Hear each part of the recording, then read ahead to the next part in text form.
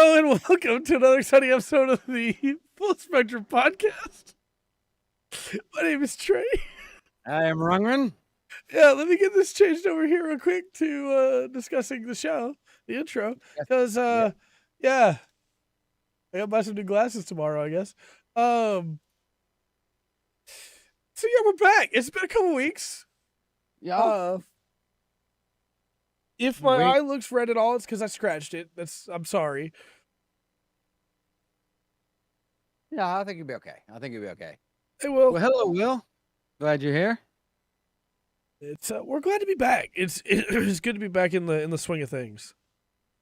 Yeah. Get back to our regularly scheduled programming. Mm-hmm. And that means, of course, that unless Apocalypse, I guess, we're still doing Thursday, so we look forward to that as well. Yeah. So yeah, I'm excited for that. Especially because of what we're going to be talking about, which is monsters. And if you don't know what we're talking about with Thursday, we're talking about the D&D podcast that we do on Thursday. We have this podcast that we do on Tuesday, and MMO Mondays that comes up on Monday, all in the same time slot, which is 7 p.m. Central Standard Time. Yes. You ready to get in the weeks? Yes, I think I am. How's your week been, Rungren? Terrible. Oh, no. No, it ain't really bad. I did played Lotro.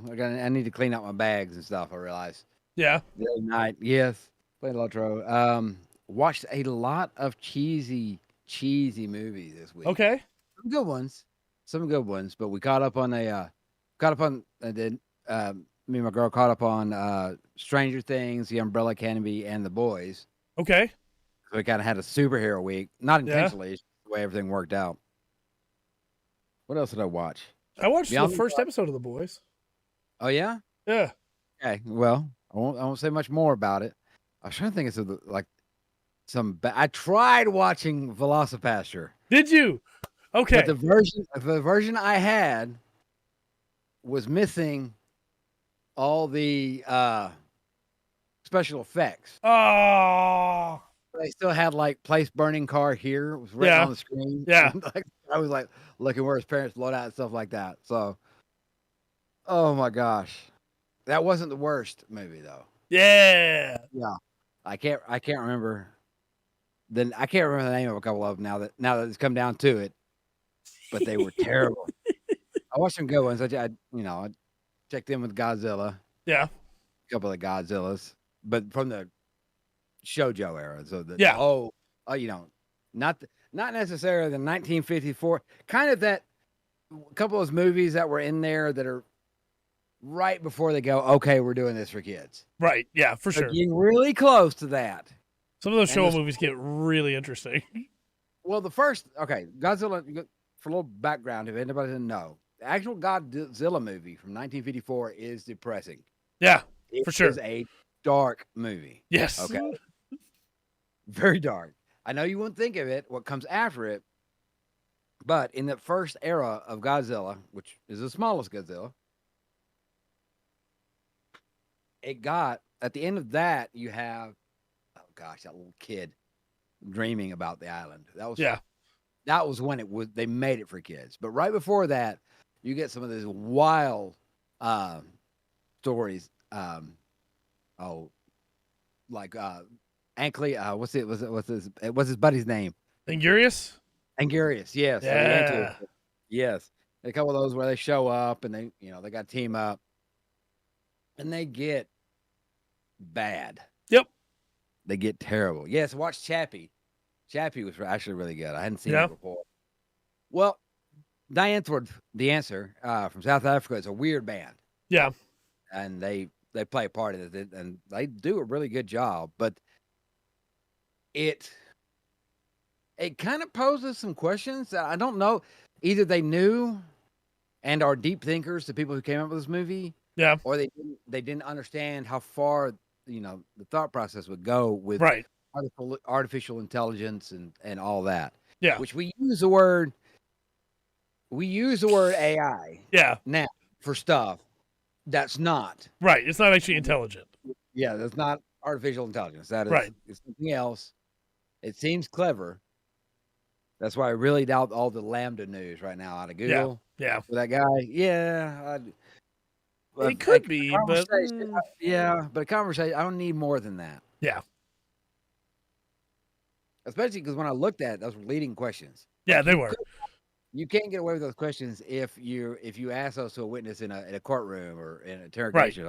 Well, and I could sit down with Replica Bot, which is like a default user generated AI, Yeah. and will give me conversations. I could give some of those questions and get full answers, you know? Mm-hmm. Absolutely. So we use AI very, very loosely now, Yeah. and we're nowhere near the singularity on the artificial intelligence side. That's right. We're nowhere near the singularity on the physics side either, or we'd all be dead. That's another story. Sorry, Alexa. Overlord Oh. season 4, episode 1. Oh, I forgot Overlord got a season 4. Yeah, we talked about that a couple weeks ago. No. I completely forgot about that. I need to get caught up. All right, so on July 5th, the new season of Overlord popped out. I think I missed the Stranger Things by a couple of days. Yeah. I watched it yesterday. I think it came out at the first. Right. Stuff just keeps coming out. Yes, it does. 'Tis the season. It is summer. Yeah. Do that. I had kind of interesting me. Like I said, it kind of took it lazy watching a whole bunch of cheesy movies, and some cheesy movies I watched knew that they were going to be cheesy, Right. and kind of embraced that on certain parts. And a couple of them I watched were really trying to be serious. Yeah. And that made it funny. Yeah. I watched some Norwegian like revenge flick with this Norwegian Rambo. Really funny. Yeah. It wasn't supposed to be. Well, it's a tough guy. He's got the main tough guy right that doesn't say much. Yeah. Right. And I thought it was terrible. But I watched it was absolutely. What was the name of it? Last Man Standing, I think was what it's called. Yeah. Last Man Standing. Okay. Well, it was Last Man Standing, and then I watched another one, revenge flick called Polar. Okay. It's kind of the same premise. You know, one's more science fiction-y than the other, but it's kind of the same premise.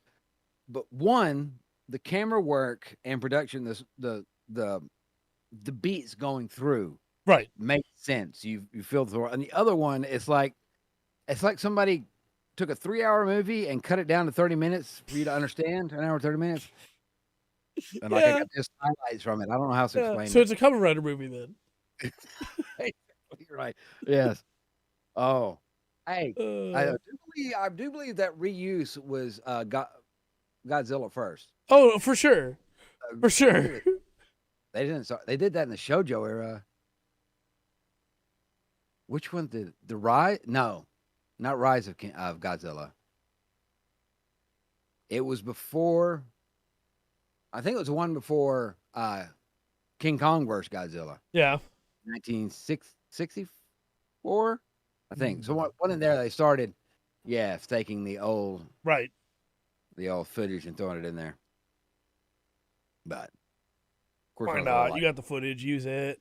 Yeah, right. They're putting a movie out every 6 months. Yeah, I don't blame them. Hey, there's a Gundam series called Gundam Seed. Mm-hmm. And a lot of people say that it is Gundam reused animation frame because the sheer number of times that Kira Yamato levels his beam rifle at somebody in the exact same pose is insane. I think it happens in one episode 7 times. And it's all the same shot. It's like, okay, all right, look. Just one more. Just give me one more shot that you can mix in there. God, yeah. It's really funny though.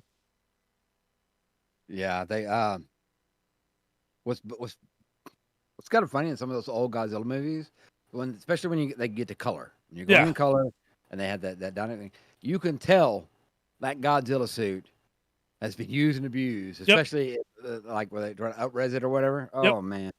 Live tears in it and stuff is great. Absolutely fantastic. It's wonderful. Oh. I just remember, what did Godzilla and his buddies, more than one, I think Rodan was there too, to go fight Ghidorah on the moon. Yeah. And it's got the famous scene with him jumping up. Yeah.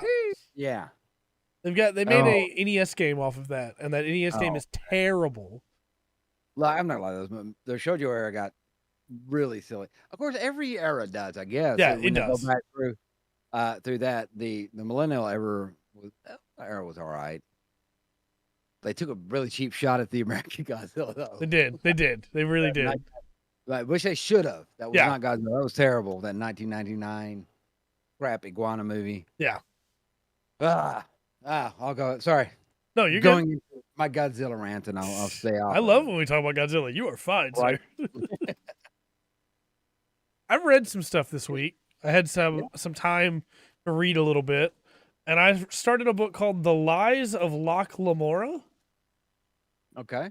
Which is from a series about this character, Lokmora, about a group of thieves.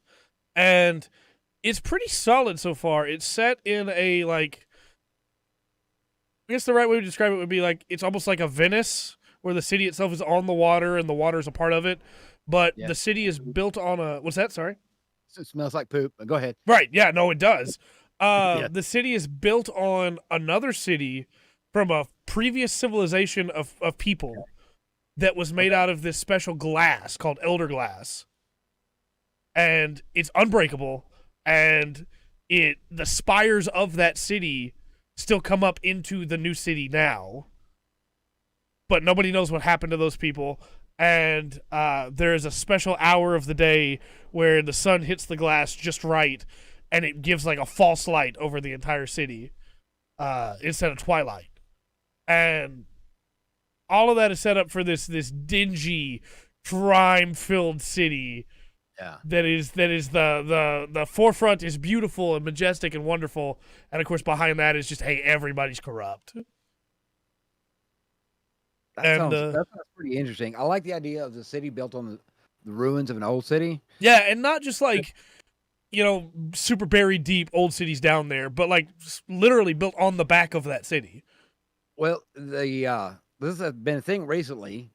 Well, I say recently, in the past 10 years or so, of people realizing that the older cities across Middle East, Europe, down in Africa, a lot of times have 2 or 3 layers underneath them. Right. There's more to it. They'll pull out, and they will remove a floor expecting to find dirt, and they find, beams and another, actual building down there. Yeah. Crazy. Yeah. I've seen a lot more of that. So I kind of like the idea of that, and then going. Got them seeing stock footage, Sam. Yep. Bam. Yes. Yep. Yeah. Got them seeing stock footage, fam. Go. The main character isn't a good person, but I don't think anybody in this world probably would be, based on the way that it seems to read. Because again, everybody's corrupt, and what I like about this main character is that it's very much the trope of, hey, I don't care about other people unless they're my people. But even if they're his people, it's kind of like, well, yeah, but how much is it going to cost me to help them? Because I got a business to run here. It's like, all right, yeah, I can flow with this. Interesting. What was it called again? The Lies of The Lies of Lokmora. Okay. I'm only a couple chapters in, but the characters like the Thief Master or the Priest of Chains, really, really cool, evocative names, right? So, yeah, I'm excited to dig more into it. Yeah, I was doing some missions last night, and one of the missions was called Engines of Flesh and Stone. I was like, I just like the name of that so much. That's good. Yeah. That's good. It be like a prog band or something. I don't know. Yeah. Engines of Flesh and Stone. You got to kill trolls, but it's okay. The other thing I've been reading is far less weird, I guess, in some ways, and more weird in others. It's called Kakashi, and it's a manga that I've been meaning to get to for a long time. It's finished, so I'm excited to actually be able to get through it. Maybe we'll do a review on it when it's done, unlike the last 2 series that I picked up that I was told were finished and then never were translated in the very end. But this one is about onmyoji, basically, that exercise yokai. And it's a school built on top of, I guess this is just the running theme this week, built on top of an old castle from the Edo period that was taken over by yokai because the ruler of the castle had a spiritual energy so strong that the yokai wanted it, and he sealed himself away in there, and it still seeps out today into the school above ground. And so yokai come to try and get stronger there, and it falls to the Kakashi, the main characters, to stop them. That's weird, because usually when I see the Edo period used, it's not used as mysticism. Yeah. It's more, it would be a backdrop for romance. Right. Which both lovers die. Yeah, of course. Or something more political or something like that. I don't really see it used for mysticism much. I kind of like that. That's kind of interesting. Yeah. I'm digging it so far. A lot of people think that because they don't study it or ever looked at it. Right. Different samurai, they're samurai in that period, but they're not wearing the armor. They'd be wearing the robes. Yeah. And they'll cut people down in the street to test their swords. Yeah. Because Bushido is not what people think it is. Right. So that's kind of interesting. They pick an Edo because there's something that go way back before that. Oh yeah, and there's a lot of mysticism in a lot of the older periods too. So it's cool so far. HD Remaster Gundam Seed's a little bit better. Well, that's good, but still bad.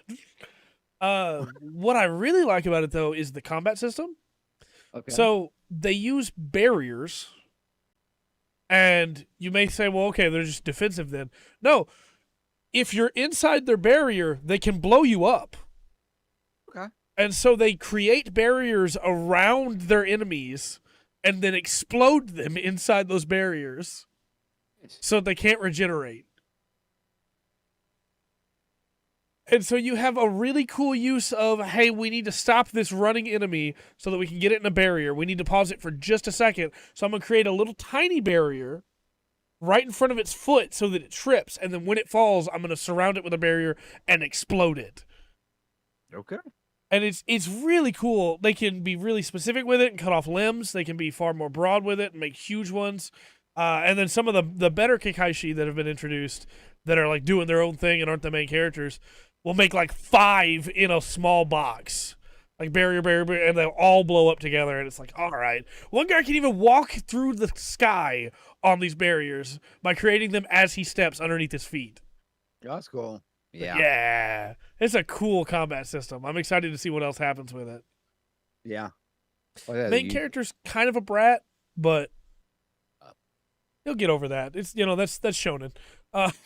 Yeah. Well, that's got even if over the Japanese anime Godzilla, back to Godzilla, the Planet of the Monsters, and then the two that follow it. That's the arc of the main character whose shoulders you ride. Yeah. The story is it kind of starts out as like an arrogant ass. Yeah. I'll do the right thing no matter what the cost, and not really thinking things through. And by the time you get through the second one and into the third movie, he's a lot more serious. Yeah. And not as silly. Yeah. Stuff. So that's a cool arc. I like the barrier idea. Yeah. I also think that one of the smartest ideas that this mangaka could do, this author could do, is the two main characters both have a Inugami yokai, like a spirit dog that is with them, and these dogs don't serve the two main characters. They serve the guy who originally assigned them here. And so these dogs are cocky, these dogs have attitude, and are always grinning and poking fun at these kids that are the main characters. And it's like, heck yeah, man. Every story gets immediately better when you have a snarky dog character there to just talk. Yeah. Work for Spaceballs. Yeah. At one point, there's a yokai that the main character's trying to find, and it smells really bad. And he's like, okay, Madarao, that's his dog. Go find it. And the dog goes, no, I don't want to follow this scent. Do it yourself. And he's like, come on now, I'm your master. And he goes, no, you're not. Go get looking. Heck yeah, Madarao. That's cool. But other than that, I took a trip. I went on vacation. I got sunburned pretty bad because a 3-hour rafting trip turned into an 8-hour rafting trip. But it was fun. Had a good time. And I did want to tell a little short story of what happened today. That was a big surprise. So got up at 3:30 to get on the plane this morning. And got on the plane. Everything's going great. Got through security, no problems. Get on the plane. We're sitting on the plane. Everything's good. And then the pilot comes over the intercom and goes, "Hey, so I just did my own personal survey of the plane, and there's a problem with one of the rear actuators. We cannot take off. We got to get this fixed. I don't know how they missed it in their checks last night." It's like, oh, I'm glad he looked. So then we had a 4-hour delay while they fixed that actuator.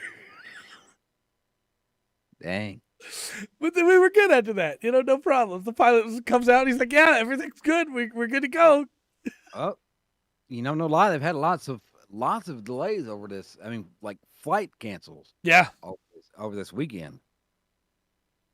I wonder if there's not just like a rash of strikes that we're not hearing about. Yeah. Well, mechanics? It's not mechanics. It's pilots. Well, yeah, the pilots for sure, but It's the pilots that are refusing to fly over certain recommendations, and Yeah. it's just they're not going to say that because it's not. I guess it's not officially A strike. They Yeah. haven't said they're striking yet. It's just you have a choice to do something or fly the plane. If you don't Yeah. do that, and they're like, "Well, no, I'm not going to do that. I don't need to." Yeah. So there is some issues there. That's not the only issue, but it is causing Right. some problems. Oh, nice. So Leveling got a trailer. I want to clarify too. I should probably specify this at the start of the show. For most of this last week, I did not have signal, so I put together the docket like this morning in the airport. So if I missed anything, I'm so sorry. I did not have my usual week of stuff to go through. But Solo Leveling is getting an anime, and that's pretty hype. That's pretty cool. So, but yeah, that's pretty much been my week. Come on, man. Good week. All right. Let's talk Cuphead. Okay. Specifically, The Delicious Last Course. yes, the DLC. How Yes. clever. How clever. It's a very good name. It is. Yes. So, for anybody who doesn't know, Cuphead is a 2D side scroller that tries to go back to some of the old arcade style difficulty while having very precise gameplay. I wouldn't say it's like super hard. It is difficult. It's challenging, right? But it's not super hard. If you're not used to that, if you're not used to Metroid or Super Mario Right. Brothers with that 2D, Yeah. I imagine it would be You're going to struggle. some getting used to. Yes. Right. And it got fame in a lot of ways when Dean Takahashi of Venture Beat could not beat the tutorial because he could Yeah. not figure out how to jump over that wall. But the devs had to put a mortgage out on their house to be able to finish the game before Microsoft picked them up. It came out, it did great, and they were able to start work on a DLC, which has now come out. Yes. What do you think the Yeah. average score is? I'm gonna go with 85. 85 for pretty Cuphead. high. Game. I mean, they would really have to shoot themselves in the foot here Right. and go off course to ruin this DLC. I see what you did there. Yeah. Yeah, so we can go, and the answer is 87. Oh, that's close. Oh, Waverly was close too with that 88. Yeah. That shit around the nose, not a bit. Let me read some of these reviews for you. I got a couple for you here. The Delicious Last Course is just about everything a fan of Cuphead could have asked for, with bosses just as and even more zany than those found in the base game. And yeah, the blurb stops right there. It has no more. Yeah, that sounds like the be on the box. Okay. Yeah. I mean, kind of Well- what I expected, though. Yeah. But why, though, says Island 4 and all that comes with it make an amazing game even better. This DLC is perfect for those who want to see Cuphead at its best. There's no fat, there's no fluff. There are only the best parts of Cuphead, but much, much more refined. Okay. Yeah. A pretty solid little blurb. I think so. Yeah. And they got that review kind of gets to my feeling. They would have to screw this up to make a bad game out of this. Right. Everything's there. Well, I have a review for you here from someone that expected them to do just that. Okay. GameSpew says, if you've been longing for more Cuphead, then Delicious Last Course is for you. But if you were, for whatever reason, hoping for a big shakeup in terms of gameplay or difficulty, you're not going to find it here. Brutal but beautiful, this is simply more Cuphead. Be that for better or for worse. Which it's a DLC, of course it was going to be. Yeah. Yes. Oh, we got an ad. Okay, We got an ad. All right. we got an ad break. We got a That's minute coming. to relax. That This review is is weird. this is when we talk about how my broken glasses are a problem. Oh, you got tape, right? Yeah, I can still wear them too, just like this. There you go. It's very good. Very good. No It's problems. poking in my head here. If I just wire them into the side of my skull, then I'll be fine. Or just break that part off. Like, Yeah. right at the glasses. Make monocles. Make a Right? monocle. There we go. There we go. One. The You have ad one. should be done right now. All right. Yeah, I mean, why So- would you expect it to be anything other than a DLC, you know? It's there's no if it's Cuphead 2, I can understand them, moving to a different time period as far as animation. No, not for DLC. Yeah. But I'm gonna stick with my 85 for this, I think, unless you got another review. I can read one more for you real quick. Just throwing this out there because I saw what Will said. Hiroyuki Sawano soundtrack for Solo Leveling. Sawano is one of the greatest composers for video games and anime that I've ever seen. So that is really hype. Sawano composed the soundtrack for Tales of the Abyss and for Gundam Unicorn, which is... Oh, push the button too soon. Don't worry about that. Push Square says, Cuphead, the delicious last course, is more Cuphead for better or worse. And that's in a lot of the reviews here. Just throwing that out there. Yeah. Those put off by the original's difficulty may find the experience easier to swallow due to the excellent inclusion of Miss Chalice, but the game still has the same brand of punishing gameplay we were used to from the original.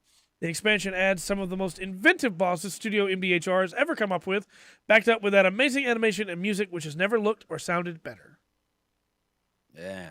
Well, Will says an 82 as well, so... Yeah. So we'll go with that. I think it's going to be good. They're not going to screw this up. Waverly says a 90. All right. I'm going to explain to you now how this whole system is broken and tell you that the score is 100% recommended. It's a DLC. It doesn't deserve 100%. Why did you give it a 7 if you're recommending it and your problem is it's more Cuphead? Then I don't know. Oh.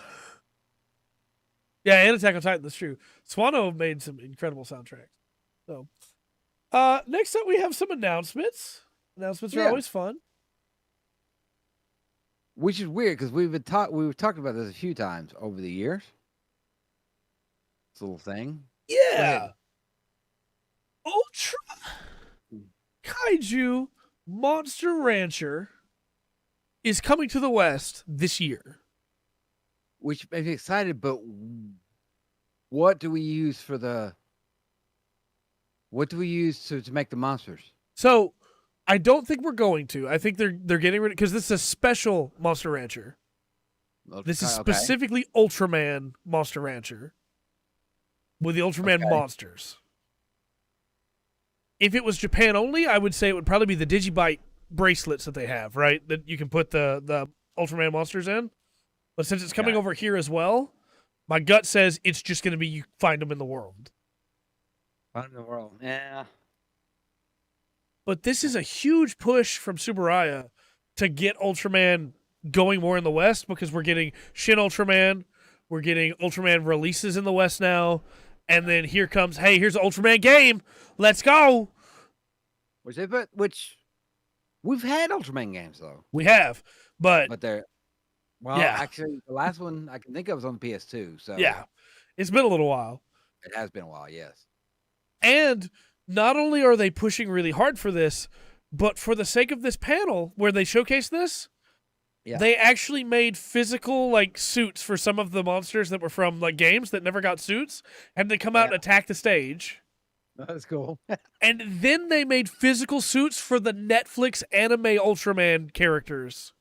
Oh, so now there are physical suits of those, so those characters can now show up in crossover movies. Yeah. So I'm stoked. I'm happy, but I kind of want Monster Rancher. Yeah. And not just because I read Ultra Kaiju, so I was just thinking Kaiju. Right. But it's Ultraman specifically. Yeah. So you're gonna get Kaiju. Zeton and Baragon and all those. But And so that, yeah, hopefully, if this sells that means well, it will revitalize Monster Rancher. maybe, and we'll get something where we can put our code or something in Amiibo Yeah. or something that makes That's the monster. sure. At this point, anything. Fine. Yeah, Sawano also did Gundam Narrative. That's very true. But look, I just want to collect my beautiful Ultraman monsters. There's not actually. You may think there's an Ultraman Godzilla tie-in. There's not. You're right. It looks like Ultraman Yeah. on Before War of the Monsters, but that's not Ultraman. Oh, what is his name? Jet Jaguar. Jagar. Yeah. Yeah. I was trying to find there's a Ultraman kaiju that is a giant triangle bird. And that's all it is. It's just a giant triangle. Yeah. It's an Ultraman G'd triangle bird kaiju. I was gonna try and find an image to pull up here, but I'm not pulling up anything. But I'll tell you what, if I remember this when I'm going back to edit this later, if I find it, I will change my Discord avatar to that triangle kaiju. Did Ultraman come up with that growth? That boop, boop, boop, boop? Yep. Do like and a it does the four-stage hand up to the, yep. Yeah. That's Yeah. Ultraman. Yes. I can't think of anything before that where they had the growth that growing in size on film and they did the four. Yeah. Okay. That's cool. Oh, I found it. Okay, hold on. You have to see this beautiful abomination that is my Starburn Garyon. He's so beautiful. Okay. You grab this image. No! And save the image. All right. That's something other than a WebP.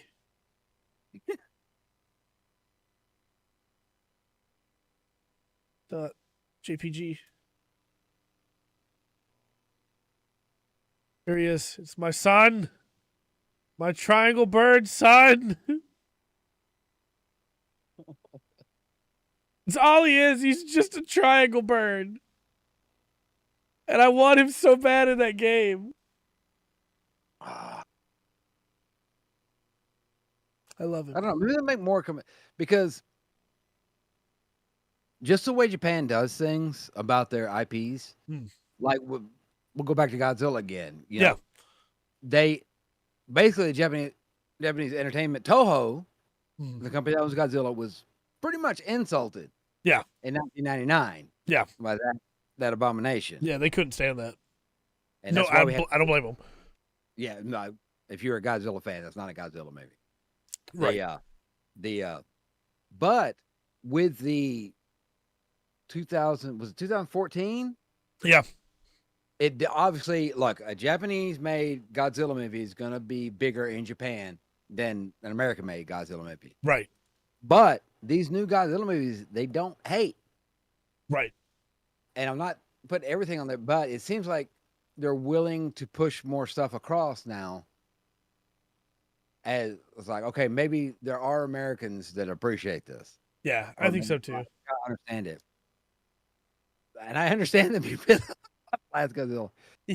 But because we've got quite a few in the past few years, we've got quite a few translations over of games and mangas. Anime's got huge. Oh yeah. So the manga scene's shrunk a little bit actually, but it's still there strong. Of course, all the mangas are becoming animes. Right. And people are watching them now. It's kind of interesting. Because you got not even one half. You got about 10% of Twitter that hates Japan for some reason. Yeah. That doesn't understand mangas. Right. Wants to complain about them.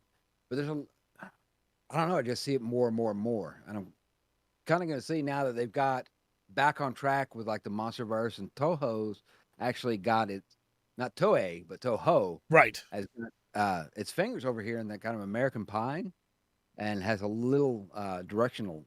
They've got a lot of property. I think we'll see more and more of this, the mangas that you're seeing that are getting translated and stuff like that. I think so too. I hope we do. I think so too. Also, just wanted to throw this on screen real quick. This is the greatest kaiju that's ever been in Ultraman ever. It is named Legionoid, and its design is so sick that I've been looking for that for the last like 20 minutes. But no, I agree. I think that the real big shift that is going on, that Toho is taking advantage of, and everybody else is kind of just leaving in the dark, is like, what are you doing, man? Like, why are you not capitalizing on this? Yeah, I think so. Because I remember when we've had a few. We talk about nostalgia movies and things like that, and we've had a few. Always something that's going to get it wrong, and there's some that we'll talk about that we think they get right. Right. And I think there's a lot of stuff. I think Toho could see that the Godzilla and the monster version go, okay, it's still American, right, but it still has a Godzilla feeling, to it. And I think I don't know, Toho seems to be, maybe they're not at the lead of it, but they feel to be in a way to me. Yeah, they also like allow Ultraman to show up in crossover projects, some of which are really small too, like the Ultra Mech Brawl, I think is what it's called, that didn't have anything to do with Ultraman, and Toho went, hey, you get the word Ultra in there, you want to put Ultraman in there? And they're like, yeah, of course we do. So just, they're a lot more open than certain other Japanese companies that I'm not going to talk about on here for copyright strike purposes. And honestly, a lot of people, if they would have got the Ultraman, they would have seen what Power Rangers was. They would know where that came from, Yeah. Because Power Rangers got huge, even though it's not, the cutscene, right, with these and everything. But it was kind of Ultraman that started that too. Yeah. So I don't know. Weird philosophical history. It is. Hopefully, more Ultraman stuff coming over here means we'll get more of everything else too. Because there's really great properties over there that just never came over. We were watching the kids were watching Big Hero 6. Yeah. And it was kind of lasting at San Francisco. Yeah. The creators of it took San Francisco and Japan and mashed it together, or Tokyo, Nippon, right, and mashed them together. I didn't realize how much attention to detail they had in that, because there's stuff in there that's definitely American, right, and there's stuff in there that is definitely Japanese, but it's stuff in the background, like one scene where before Tadashi dies, where he hits the glass and it goes from, you can't see through it, it goes real clear. Spoilers. And he hits it just far. Spoilers. But then he hits the glass again and it goes to where you can't see through it, right? Yeah. And I was like, we don't have that glass here in America. Yeah. Nobody showed, that's a show off thing for Japan. Right. But they had that in the movie. Yeah. So maybe we want more Japanese stuff, is what we're saying. All right. Yeah. Bring it over here legally. We don't want to have to pirate it. Bring it over here legally. Speaking of which, I forgot to put it on the docket because I'm an idiot, but Kamen Rider Kuga and 5-Man, out of all the Sentai series, both got licensed by Shout Factory and will be coming out on Blu-ray. So that's a great grab if you're a Kamen Rider fan. Kuga is one of the best series. And 5-Man's good. It's really odd to me that specifically just 5-Man. Yeah. But, it'd be like, second season of Astro Boy or something. I don't know. Here you go. Yeah, take part this. Yeah, maybe all the rest will come eventually too. But speaking of eventually, this has been rumored for a very long time, and it's happening. Lollipop Chainsaw is getting a remake. Did you ever play Lollipop Chainsaw, Redgrid? No, I didn't. I don't know. It's such a weird game. The premise is that a cheerleader that is also like a monster slayer carries the disembodied head of her boyfriend who was bitten by the undead, and she cut his head off before the virus could get to his brain, and then used a spell to keep him alive. And so she walks around with his disembodied head attached to her hip, and she fights the undead and other monsters. I think there's some red flags in that relationship. I'm not sure. Yeah. It's also very... What's the right word? This is the kind of game that would not be made today, because the character is not 18. and it's very suggestive. What was the name? Like Lollipop Chainsaw. Yeah, but I think she's like 16. Mm. But either way, does it need one? I don't think so personally. I mean, I think the old game is not great, but people that love it can still go back and play it pretty easily today. So unless they're changing up quite a bit, this is one of those games that, like, if you haven't played it, you should. But I would never, in my wildest dreams, put it on like a top game, like even a top 1,000 games of all time list. I probably wouldn't put it on there. You know? So this needs a remake, like Leisure Suit Larry needs a remake. Yeah. It's like, I got you. But yeah, if you're excited to play as Juliet Starling, and you know, it's really weird that like Lollipop Chainsaw's legacy is cosplayers cosplaying as Juliet Starling more than it is the game itself. But hey, there are people that absolutely adore this game, and it's got a really weird, funky premise. So maybe a remake could help finish it out. I remember it feeling very unfinished when it first came out, so maybe this is the chance to, make it work better. There you go. Maybe so. Next up, we have, during our week off, there was a Nintendo Direct. Yeah. And we have all of the announcements from that pulled up here. We're going to run through those real quick. Probably not going to touch on all of them too much, but like the Monster Hunter Rise Sunbreak stuff is just, hey, you get to see a new monster. It's pretty cool. Yes. Some new variants, why not? Very cool. Well, that's coming. That had been, and that had been promised. Yeah. Not the name, but that they were going to give updates. Right. And so those monster names are Shigaru Magala, the Furious Rajang, and the Seething Basil Geese. And I'm just going to throw this out there. Rajang is already not a fight that I love. I don't necessarily need another new version of Rajang to be really annoying to fight. And the Goose is one of the single most annoying monsters that they've ever created. So a new version of the Goose is great. Everybody wants that. Yeah.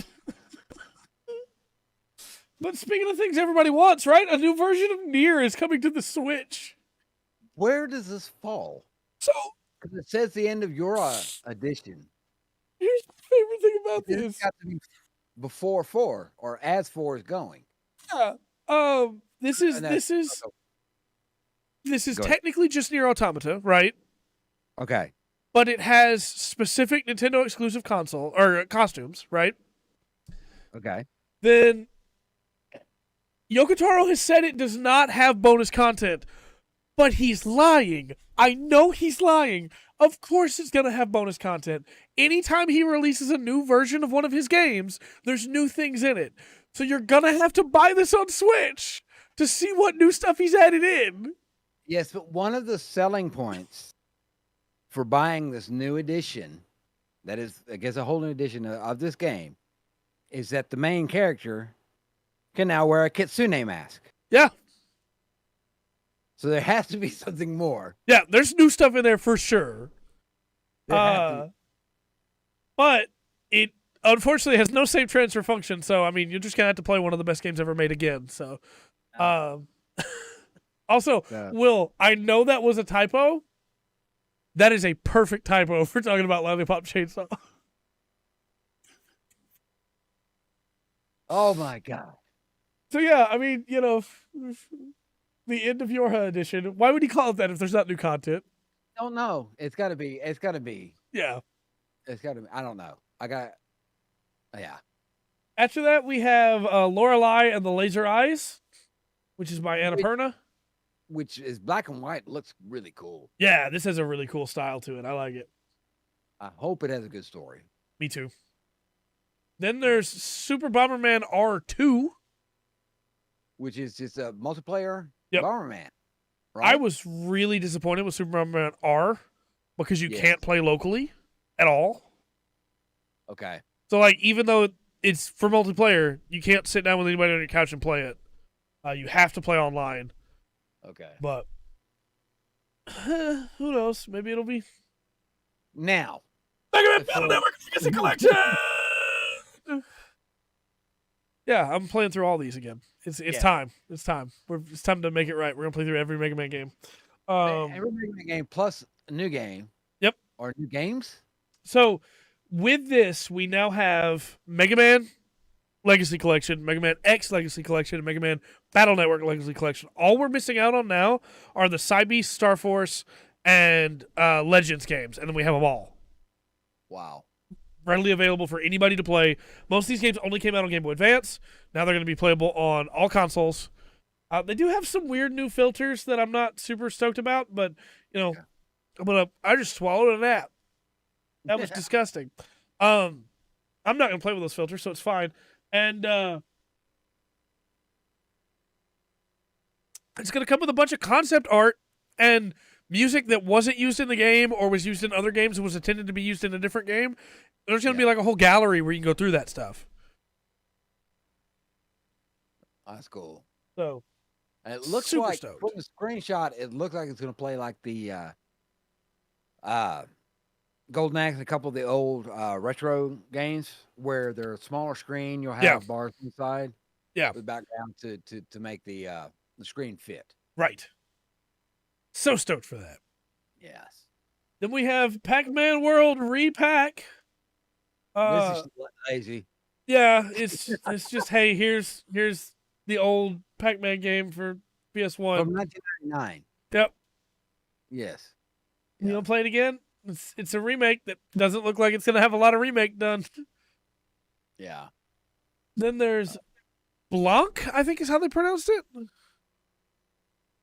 And this kind of with Lorelei and the laser eyes, it's a black and white art style, but it looks interesting. Yeah. And using the if you play, it kind of sounds like Brothers. Yeah, it does. It does. I mean, like that. Instead of having two boys, you'll have a fawn and a wolf pup. Yeah. Is that the what it says? Yes. Well, sounds pretty great. Pup. And you got to figure out their different styles. I'm game for that. Yes. Then we got Return to Monkey Island. Launching first for Nintendo Switch. Yeah. All new adventure. Which is weird that it's coming to Nintendo Switch first because Monkey Island and Monkey Island 2 were both on Gamepass for the longest time. Yeah, it's a really weird grab. It's a good one, but it's a weird grab. Yeah, I agree. But more Monkey Island, never a bad thing. Then we got a new trailer for Mario and Rabbids Sparks of Hope. It's kind of funny that Ubisoft had leaked on accident the release date for this game, which is October 20th of this year, right before this trailer. Like Ubisoft was like, no, we want to tell them when it's coming out. Also, this trailer sparked some heated debate on Twitter because there's a shot of a ghost Princess Peach and Rabbid, and people almost immediately began to lewd the ghost Princess Peach Rabbid. Yeah. Which was like, why are we doing this? Why? Rule 34, you got to follow it. Yeah, it's true. It's true. Actually, that's a really weird game. Yeah. Little Noah Scion of Paradise.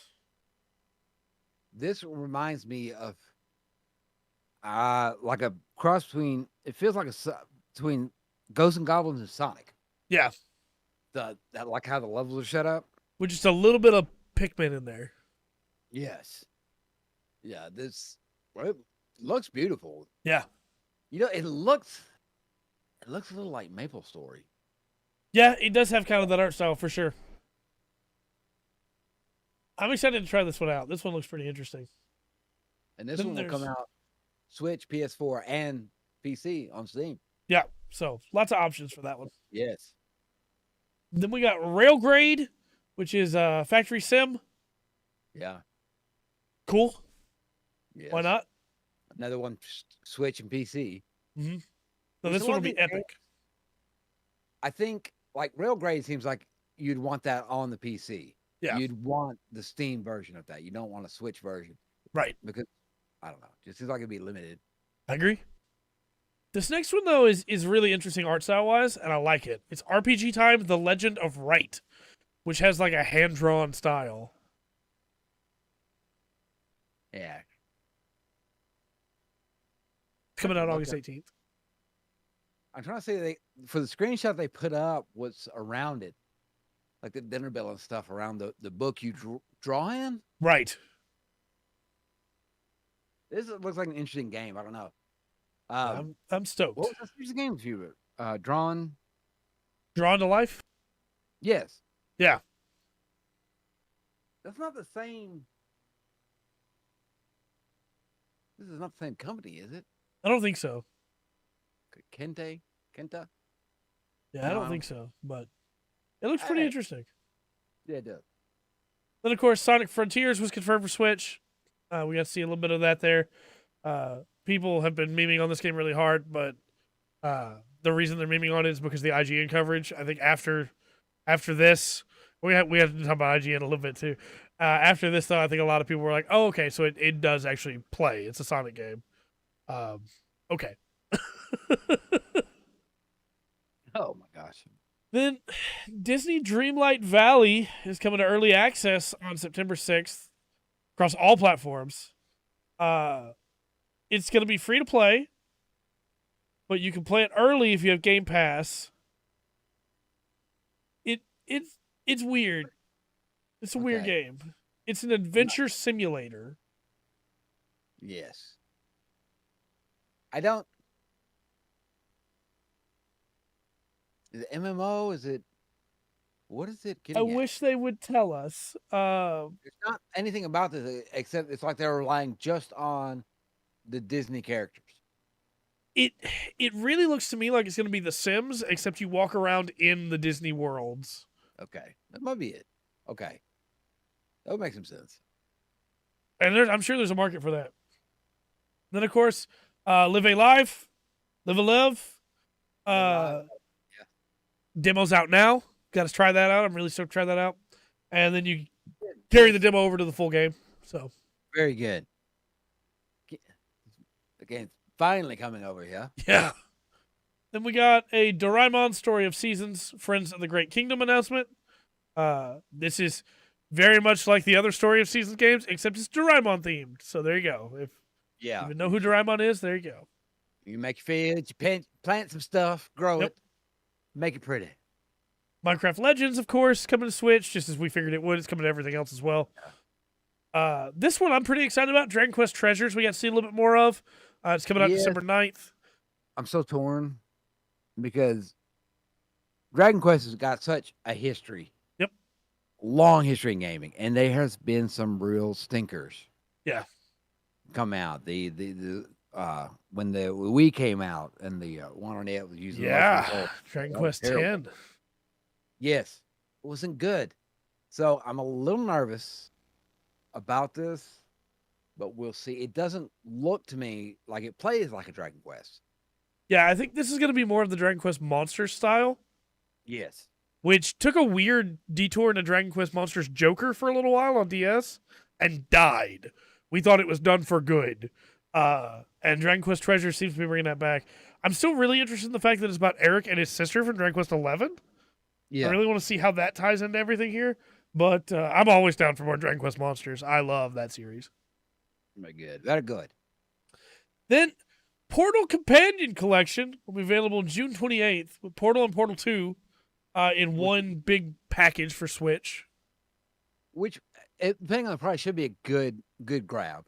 Yeah. If you haven't got to play Portal yet, get both of them and go through them. For sure.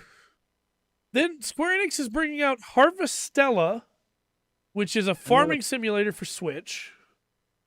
Yeah. But it's also coming to Steam. Which, once again, it goes with that real cartoony look. Right. I guess you probably have to if you want to have a farming simulator on Switch. You're right, on Switch. But farming simulator, which is weirdly big, and you can spend hundreds on peripherals to build your striker around your computer. Portal's very good. Yeah, they've already got the realistic thing. It's already got its following. So well, and then Stardew, secured the when you have your own cool art style, people will love it. So it's just weird to see so many of these come out with this same cutesy art style that they don't really commit to with the rest of the environment. Yeah. And then the last big thing for the Direct is that Persona 3 Portable 4 Golden and 5 Royal will also be coming to Switch, just like they were coming to Xbox. So, Yes.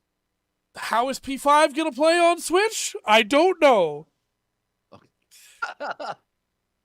I feel like it's going to set a Switch on fire, but, Oh, man. what can you do? So, we'll find out. Yes. But that's our direct announcements. And then to wrap up announcements before we get into news, we have the Game Pass stuff, as we do every month. Yes. Month fell weird this month, so we don't have the Humble Game stuff announced yet. But we do still have the Game Pass stuff. So, you get the link pulled up here. Which tab did I pull it up on? Portal. I think hopefully this package won't be too much. You can get both Portal games for a good price if you want to try Portal.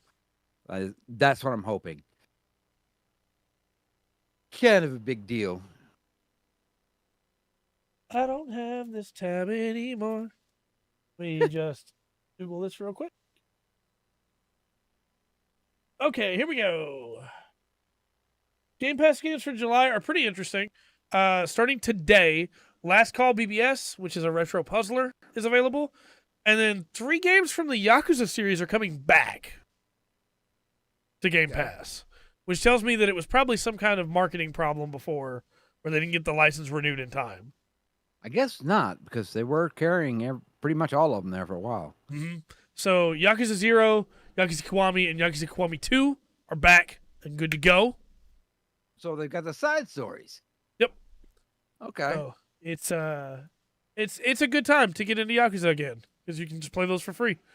Coming from July 7th moving forward, we'll have DJ Max Respect 5, Match Point, which is a tennis simulator, and Road 96, a narrative-based game about a young boy's attempt to break free from his nation's authoritarian regime by hitchhiking. And then from July 14th onward, we got the heavy hitters. I hope you're ready.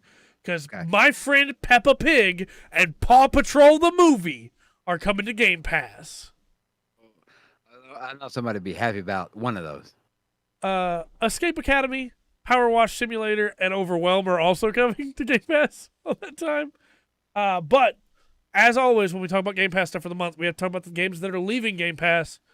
Yes. Atomic Crops, Carrion, which that game I really wanted to like and never finished, and should probably try and finish before the 15th if I want to do anything with that, because I was playing it on Game Pass. Children of Morta, Chris Tales, which is a really good game, really good RPG, and Lethal League Blaze. Okay. So play those now. Before. Especially Chris Tales. That game's really, really good. All right, now we get, man, news just gets weird from this point. Ladybug has or had new eps coming out soon. Need to watch them all. Nice. Pretty good. So, I want to just really dip into this, but there's not much to say other than just, hey, there was a balance update for 40K. There was an errata for 40K, and there was a huge amount of points changes, and we can't get into them all here. No, and the big thing that everybody that seemed to be throwing a fit about when I found out about this had nothing to do with the points changes. Yeah. It had nothing to do with anything else. Yep. It had to do with Space Marines and their models. Yep. Because they were guys. Yep. Made some people very upset. Yeah, there was a bunch of nonsense that came out about that, especially because like the sisters, not just Sisters of Battle, but Sisters of Silence, the female characters in 40K are wicked strong. Yeah. So it feels really weird, but the balance changes are good. One of the biggest things they did is they made it where psychic powers are really strong in 40K right now, and there's a sub-faction called the Sisters of Silence that are immune to psychic powers in the lore, but weren't immune to them in the tabletop. And I guess they did that so that they wouldn't be OP, but now so many armies have really strong psychic powers that being able to bring a Sisters of Silence squad, it's going to cost you more points, it's going to be harder to field, but it's worth it because now they actually get to be the nulls they're supposed to be. All right. Now, if somebody boosts up their smite and it hits a sister, they get just a default smite. They don't get hit with the boosted smite. So they are a hard counter now to Tyranids, to Eldar, to Drukhari, to Gene Stealers. It feels, and to Thousand Sons. It feels really good to have Sister Silence actually be worth something now. And then the other big change they did is the way that command points work now. So we talked about how this is one thing they were talking about doing. Before, when you made your army, you'd start off with like 10 to 12 command points. You could spend a couple of them for relics or war gears, and then you go into the match, and you just had those, and every turn you got one back, right? So you blow a bunch of command points early on, and then by the end of the game, you have no command points, and you can't do any of your cool stratagems anymore. Okay. The new way is you start with 6, and you still spend them on relics and stuff. So you may start the game with like 4. But every round, you get another point. Your turn, their turn, doesn't matter. Okay. So over the course of the game, you're still having the same amount of CP, command points, but you're getting more back more often, so you feel like you can spend it more. And you can do cool stuff even in the end of the game, which is really cool. Yeah. That makes sense. And then the big points changes really were nerfs to the hardest hitting armies, but not really bad nerfs. I mean, Tyranids got hit kind of hard, but not enough to like really mess them up. And then it was mostly just buffs across the board of, hey, orcs are struggling a little bit, so we're gonna make it where orcs cost less to field, so you can bring more orcs, which should balance that out. Hey, Necrons are really struggling. Necron warriors are almost free now. You can bring so many of those suckers. All right. So it really has changed the game for those armies in a really cool way. So good deal. Good deal. The next bit of news, though, this is gonna be a little complicated. It's gonna take a little bit to get through. Okay. Guild Wars 2's big update. So this was the balance update for the professions, right? For the jobs. It was really good for some of the jobs. And then they made a bunch of choices that don't make sense to me. So the 3 most played class in the game are Engineer Mechanist, Guardian Firebrand, and Necromancer Harbinger, right? They buffed the Mechanist. Okay. To where it now heals as good as a healer druid, basically. Okay. Only pressing 4 buttons a minute. Okay. Where the druid, of course, is going through a full rotation, you know? Elementalist is a class that's struggling a lot. They nerfed the Elementalist. And then the warrior had a whole thing where banners, where it could throw down banners to support the allies. Yeah. They reworked the entire banner system where now every 60 seconds, the warrior can give 4 seconds of quickness. You don't even have to play the game to know why that's a problem. Yeah. The thing with it, a lot of games though, this power creep, when they get so far and they try to balance, it just there's always problems. I don't care what it is. Where this all fell apart is they could have just put this balance up and down. It would have been whatever. You know, people would have been mad about it, but people would have got over it. They had a test Discord server where devs could talk to specific players. And a player leaked some information from this server that showed that one of the devs, who happened to be the lead dev on the balance team, was being a little frivolous with the way he was talking. Now, I'm going to give benefit of the doubt and say that he probably was just joking around and venting off some steam, because everybody got to talk bad about their customers at some point, right? Right. But he specifically says that he just buffs the jobs he plays. And the jobs he plays are Engineer Mechanist, Guardian Firebrand, and Necromancer Harbinger, who all got buffed. So, obviously, damage control had to kick in immediately, right? And the CEO of the company, Grouch, was just like, hey, look, we messed up. We didn't explain why we made these changes. We have a plan here, but we should have consulted with the players better. We should have got some more feedback. We should have explained why we were doing these changes we were doing. we're gonna fix this. We're gonna come back out. We're gonna try and make this better, and we're gonna have some quick fixes come out in the next couple weeks. We're gonna have a full breakdown of, hey, here's our design philosophy and what we're doing, and then in August we're gonna have another profession update that we had not planned on doing, but we're doing it now to try and fix some of this. So Guild they don't put out a producer's letter? No. So Man, normally they tell you why when they're doing the patches, why they make the changes, but they didn't this time. Right. Ooh. And unfortunately, they didn't this time, and that stuff got leaked on the same day. And so it made it look like, well, I don't need to tell you why I'm doing it. I'm doing it because I like these, you know? Yeah.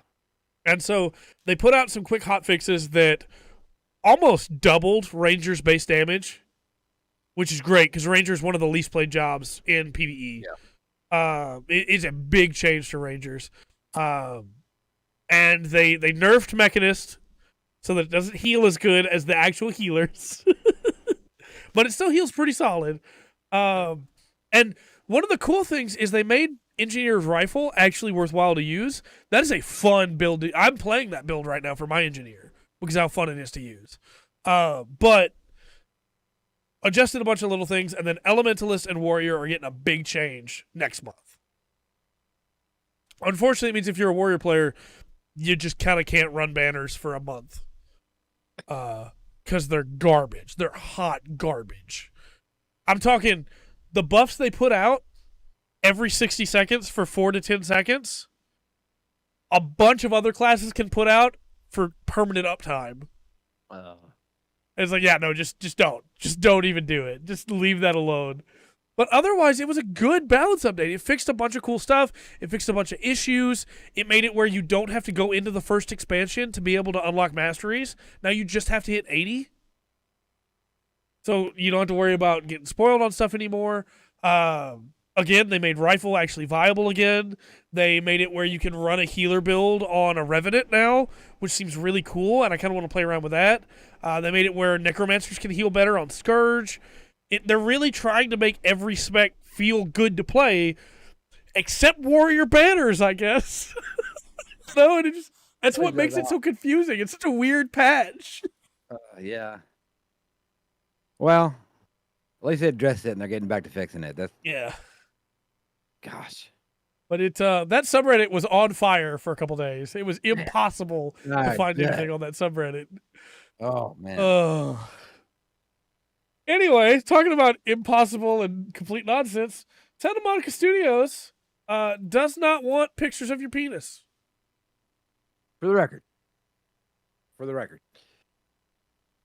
Apparently, that does not help games come out. I have a little letter here from Santa Monica. Find the tab I put that on. Oh, no. It's just amazing. This, where have we gone wrong as a society? So one of the devs is, I don't even know how to get into this, you know? One of the devs made a comment to her boss that was like, hey, this is a problem. And then my understanding is before anything could be done on a corporate level, she also tweeted from her personal Twitter, which is fine. It's Santa Monica Studios doesn't have a problem with that as far as I know. And just said, hey, pro tip, sending me pics asking for the God of War Ragnarok release date will not, in fact, get me to reveal the release date. The people who are doing so, when did that ever work for you? And included a GIF of, stop it, get some help. Stop it. Corey Barlog, who is the creative director for Santa Monica Studios, tweeted out, quote tweeted that, and tweeted out, are you effing kidding me with this now? I cannot believe I even have to say this, but don't effing send dick pics to anyone on this team or anyone in this industry for that matter. They are busting their behinds to make some for you to enjoy. Show some effing respect. And then Santa Monica Studios put out a full response that was like, hey, stop it. Why did you think this would work? No. Oh, man. Oh, and I never thought we would have to talk about this. No. But now that we have, I hope everybody understands. Why would you do? It's not even the worst thing we're going to talk about today. That's the worst part. It's not even the worst thing we're going to talk about today. No. Ugh. Oh, what is wrong with people? All right, next up. Digimon Survive got a new trailer, and it actually looks like a game. Yeah. for 10 years now. It Yeah. hasn't been 10 No, it It has been felt 10 like years. It feels 10 like years. 10 years, though, for sure. feels like 10 years. I think it's been 6. It has been Hasn't it? 6, yeah. Okay. 6 years since the Digimon game was announced. And now we finally have a trailer. And it looks good. It should. I agree. It's still coming out this year, coming out soon, coming out this next month. So, you know. I'd like to see it come out. I hope it does well. I really I do. hope so too, man. I wanted this game for so long, and then who knows? Yeah. We'll see though, because they even included like Warp Digivolving in this, which tells me these people making this game actually care about the series. You know, It's just there's never. I don't know. We'll see how it goes. we'll see. This is a game we haven't really talked about here on the channel very often. I did a first impressions of it way back when, but Monster Sanctuary has a new free update out called The Forgotten World that has new zones, new monsters, new stuff. Just wanted to highlight that it is completely free. This game is dirt cheap, and the dev just continues to work on it and roll out new free content all the time. So it's funny because it has to be several people doing it to come up. Yeah, stop sending your pictures. Like the sign at the national park is like, please don't poop in the rocks. Yeah. Underneath it says, we can't believe we had to put up the sign.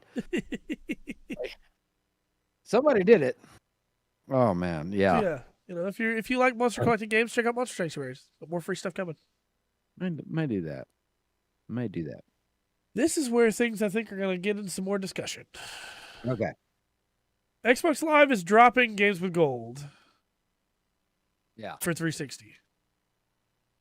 Which I guess is to be expected. Yeah. There's another server. Sucks, but yeah. Yeah, and there's money going there. I'm not happy about this. Because the 360 is a good machine. Oh yeah. There's still people out there using their 360. For sure. And just to drop them like that off the games with gold. Because part of this bothers me because they want you to have your account. And your account is somewhat attached to your console, but mainly it's attached to your it's a Microsoft account that you have made. So it shouldn't affect it. You should be able to go to your 360 for games that will play on the 360, which they do give away with gold, usually at least one a month. I agree. I just thought like I said, I kind of expect it, but it doesn't seem like a good move right now. I agree. So I have their statement here, which is they sent an email, by the way. They didn't even send this out as like a Twitter or an announcement. They emailed people that are Games with Gold subscribers and said, beginning October 1st, 2022, the monthly games provided to Xbox Game Pass Ultimate and Xbox Live Gold members via Games with Gold will no longer include 360 titles. We've reached the limit of our ability to bring Xbox 360 games to the catalog. However, Games with Gold will continue to include exciting Xbox One titles and exclusive savings each month. This will not impact any Xbox 360 games that you have downloaded before October 2022. Any Xbox 360 titles that you redeem via Games with Gold before that time are yours to keep on your Xbox account, regardless of whether you continue your subscription. Thank you for being a loyal member, Team Xbox. Have they brought every 360 game over? No, and I had a list earlier. And don't you have new subscribers? Yep. That some of those older games that, or maybe got missed. It doesn't make a lot of sense to me. I think it's a money saving thing. I think it's all business. I think so too. Corporate side to get this done, to cut expenses, and it's just not. It's not good. Yeah. It's not. The timing's bad as well. I agree. just feel. And if you're not using Game Pass on your PC, if you're using it on your console, this actually really hurts the cost of Game Pass in my mind. Yeah, true. Because you just lost all the 360 games if you hadn't already purchased them, right? Yeah. But you got. Oh, I don't know. can you do? They want they're two series up from there now with their hardware. They're gonna concentrate on the newer stuff. I have a short list here, by the way, of games that never came to Games with Gold that are like big titles on 360, and that is the Banjo-Kazooie games, Halo ODST, Halo 4, Halo Wars, Shadowrun, and State of Decay. Oh man, Shadowrun, not the Shadowrun the RPG, not Shadowrun the fighting game, right? Yeah. Yeah. Yes. Man, that was a great game. That game goes back to the Sega Genesis, so. Also, sorry, didn't mean to cut you off there. No, I was just saying it was a remake on 360, so. Yeah. Fallout 3 and New Vegas never got included. You have Obsidian and Bethesda. Right. Why are you not putting those on there before you cancel the service? Doom 3, Oblivion, none of those made it on there. So, you haven't run out of titles. You just... Yeah. Yeah, so we're going to call Bull. Yeah. That's just fancy speak for we don't want to pay for this anymore. Right. You're melting. It is hot. Wait, it was hot today. Speaking of melting, Rockstar has melted their plans to remake GTA 4 and RDR 1. If there wasn't for another company actually being worse, yeah, this company would be tore down. Oh yeah. Rockstar, it feels like they have turned their backs on the people who made them famous. Yeah. The people who put money into these games. I do think this is a smart decision because clearly the people doing the remakes don't know how to remake these games. Well, that is true. That is true. But I know a lot of people were hyped for a GTA 4 remake. Yeah. And Rockstar just went, "Nah, we want to work on GTA 6 that we promised you 12 years ago instead." Yeah. Which they need to get on GTA 6. They've been coasting on GTA 5 for years now, a couple years now. I agree. And they're good. I don't necessarily think they need to make a Red Dead Redemption 1 remake, but you already have the maps. Just about everywhere in Red Dead Redemption 1 is in Red Dead Redemption 2. Well, don't start there. Make Red Dead Revolver. I agree. Remake. Oh, I'd love a Red Dead Revolver remake. Exactly. Exactly. It's not the same game. It's a little more linear. But man, that's where a lot of us started. Red Harlow, man. Also, don't forget that this is the same company that just recently went after the fan mods that make Red Dead Redemption 1 and the GTA trilogy on PC run better and send them a cease and desist. I mean, even Bethesda doesn't do that. Nope. They sure don't. Bethesda, they will go out and hire modders. As much as I want to crap on that company, it's just I don't understand what Rockstar's doing. I really don't. Yeah, outsourcing the remakes, and it's just been one bad decision after another. Trouble with their launcher that they tried to bring. It's been terrible. Is there no excuse from this company? But buy the shark cards. Stop making our game better than us. Yeah. So it is really funny to me. If you have Twitch Prime, you get. We're not sponsored by Amazon, but I mean Amazon if you wanted. You get you get monthly deals, right? Where companies will give you free stuff in video games because they've partnered with Amazon. And it's always funny to me that Guild Wars 2 will give me a cool chair I can sit in, or League of Legends will give me a free capsule for a loot box, and GTA will give me $200 in shark cards. Yeah. It's like, I know how much stuff costs in that game. That's not... You might as well give me a penny to spend in your game. Right. Yeah, Pokemon Go does as well. All right. So this next story... IGN, for some reason, retweeted their top 25 anime of all time. Yeah. That they made in 2019 that we never covered on this podcast. Okay. Now, we had a blast going through their top 25 games of all time. Yes. So I thought it would be fun to do the same thing for their anime of all time. I have seen this list. Okay. Have you seen this list yet?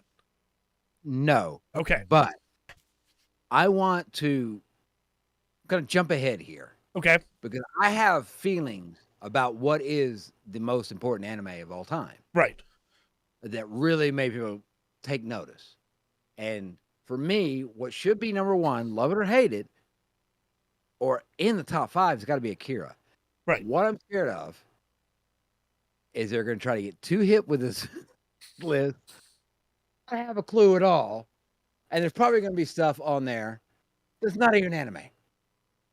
But I'm so excited. I'm so excited. All right. I want to specify again for our viewers, this was in 2019, so there'll be nothing newer than 2019 here.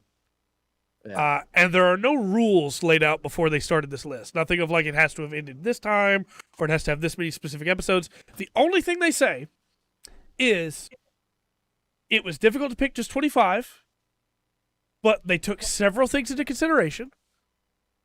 Did it leave its mark on culture in a meaningful way? Did it influence the industry and the genre? And of course, did we like them?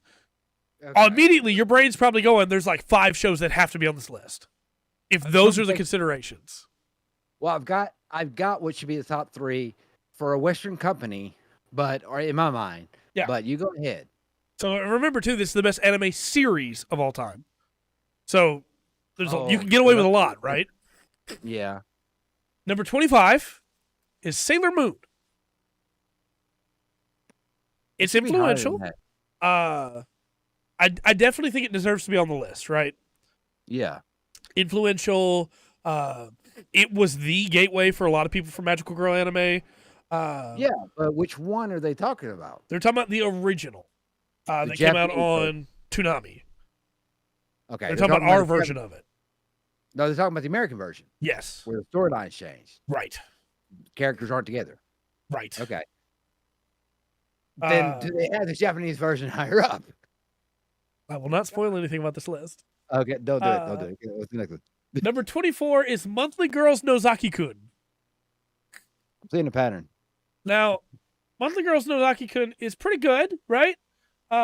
It's a slice of life.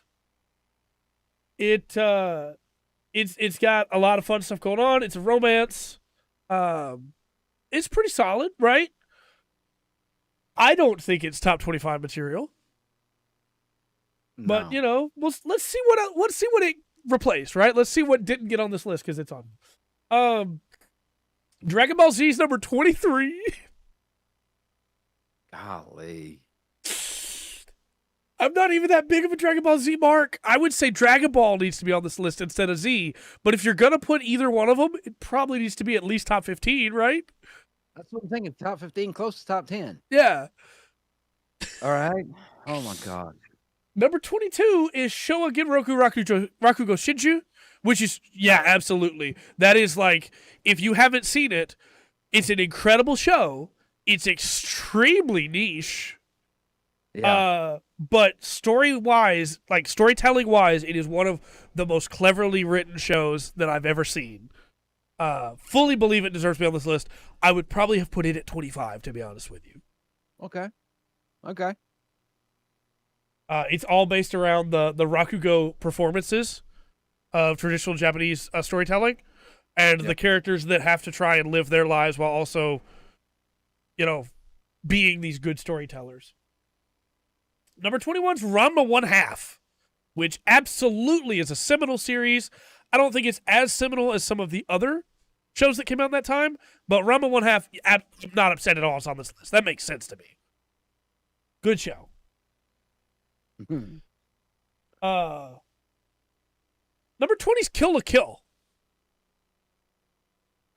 And while I think Kill la Kill is great, I really do like Kill la Kill. Surely it's Big Brother Tengen Toppa Gurren Lagann that put mecha anime back in the public perception again, and that it copies a lot of the tropes of. Probably should have, been there. We got an ad after we said Ranma. Okay. We got probably like 20 more seconds then. I'm not very fond of this list so far. Yeah, and don't get me wrong, I love Kill la Kill, right? And so far it's the order. Yeah. But there's more to come. Kill la Kill is stylish. It's really cool, but their whole like blurb here about it is that it's the unique design and animation that makes it what it is. It's like, yeah, that's what Studio Trigger does. That's their thing. You could have put Promare in that spot. You could put Tengen Toppa Gurren Lagann in that spot. Is Samurai Flamenco. That is their deal. You know, that's what they do. Is that flashy, quick animation. Okay. Go ahead. No, just go for it. Go for it. Okay. Number 19 is Revolutionary Girl Utena, which 100% needs to be in top 5 in my opinion. Okay. This was the first like main female character in anime. Right. This is the one where it is the first like, hey, this girl likes this other girl and they're not afraid to show it, right? It jump started the Yuri fandom, basically. This show is what started that in a lot of ways. And if not for Utena, we wouldn't have stuff like Sailor Moon or Cardcaptor Sakura, you know? Utena is like seminal. And it's on number 19? Anyway, number 18 is specifically JoJo's Bizarre Adventure Stardust Crusaders. Remember when we said this list was series and we could have just said JoJo's Bizarre Adventure? Well, now it's specifically season 3. Okay. Why? I don't know. I don't understand why. And don't get me wrong, I think JoJo's 100% has affected anime, right? But I think it affected manga way before it affected anime. Yeah. And the anime came out in 2012. The meme started with that one from the get-go. Yeah. From season 1. Yeah, you don't need season 3. The Dio, it was me, Dio meme took over the world. Konokyuda! But no, just specifically season 3. All right, don't get mad. Don't get mad at this next one, because I got mad, so don't get mad. Okay. Number 17 is My Hero Academia, which first off still isn't done now, but definitely wasn't done in 2019. No. And that is, out of what you've listed so far, maybe the most westernized one. Yeah, and it's number 17. It's higher than DBZ, Utena, and Ranma. All right. What? Oh, it just gets better from here too. Because number 16 is Devilman Crybaby. And I love old Devilman, right? Yeah. Devilman Crybaby is Game of Thrones Devilman, right? And they specifically talk about how it's sure to make younger viewers with parents in the room extremely uncomfortable with its explicit depictions of sex, violence, and profanity. Why would I have kids in the room watching that? Yeah, why would I ever watch Devilman with children? And don't get me wrong, I think that Devilman Crybaby, it's solid, right? But I would probably put Ikazuman or original Devilman over that, personally. Yeah. All right. Number 15 is Naruto Shippuden. Specifically just Shippuden, even though we said again earlier that it could be series. And Shippuden, by the way, ends terribly if we haven't all forgotten. But it deserves to be number 15 on this list. They even mentioned that it's referred to as one of the big 3 anime, right? It's true. I'm going to tell you right now, one of the other big 3 doesn't even make it on this list.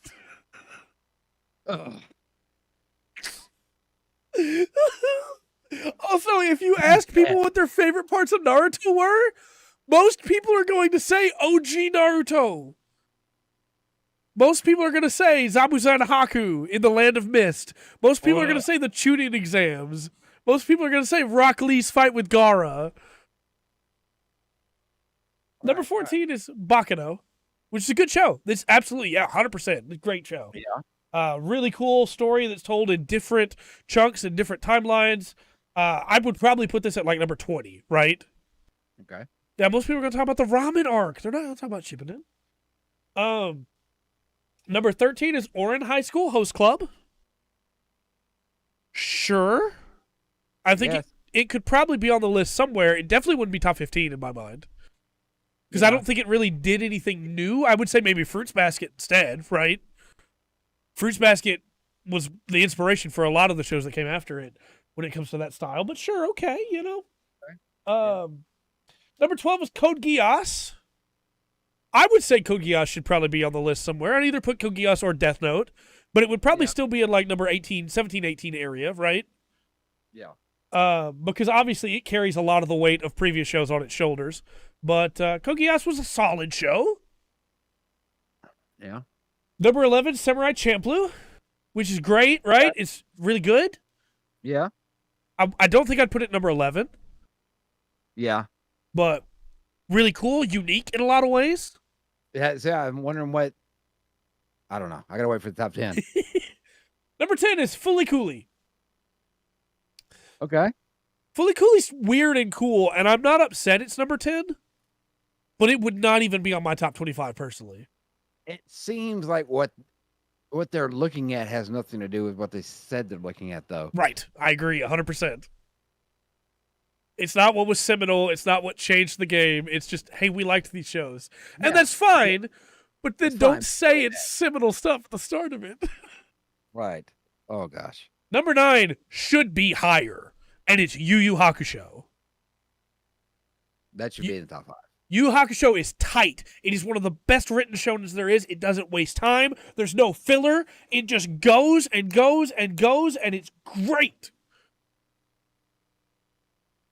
Number 9. And as if this was made just to hurt me. Number 8, in front of Yu Yu Hakusho, is Neon Genesis Evangelion. How's that even on the list? What is such a late comer? Yeah. Yep.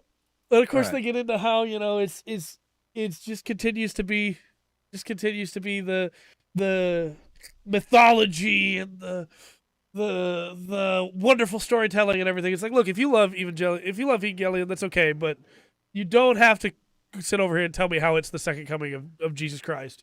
You could just tell me you like the show. Yeah. Number 7 is Hunter x Hunter, which makes sense to me. Hunter x Hunter's very good. Yeah. It's not finished yet, but the anime is, so I'll give them that, right? Okay. Number 6 is Mob Psycho 100, which is it's new, but it 100% made an impact. I would probably put One Punch Man here instead, made by the same author, and I think One Punch Man has had a bigger cultural effect. Yeah. But So many of these are like, oh, we got to this because of. So it's like earlier stuff should be picked, especially with Evangelion. I don't yeah, know. 100%. I would have put Mob Psycho 100 at like number 14 or 15. Okay. Like I said, I'd put One Punch Man there instead. But either way, after that, it was, hey, now we can do shows that don't have to be in the stereotypical art style that look a little rough, and people will still like them. You know. Yeah. Number 5, 100%. This is where I would put it too. Only time I agree with this list is Hajime no Ippo At 5. at 5.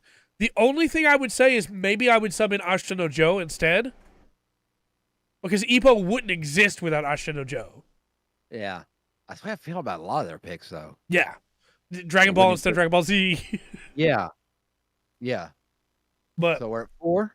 yeah, number 4 is One Piece. Yeah. Yeah, that's a solid I can see place. that. Again, One Piece isn't done yet, but One Piece has over 1,000 episodes. I think at this point it's okay to go ahead and say it's not like the My Hero situation where when this list was made in 2019, there were only like 35 episodes of My Hero Academia. Pennsylvania. Yeah, One Piece, I think for sure. 4 is a good spot for it. I can buy One Piece for sure. 3 is a really good show, but I wouldn't have put it this high, I don't think, personally. And that's Monster, which is the one about the sociopath and the detective trying to stop him. It's very different from every other anime. It's very unique, but it didn't really like change the genre because there weren't a bunch of copycats after this. I probably would have put Lupin the Third here instead Okay.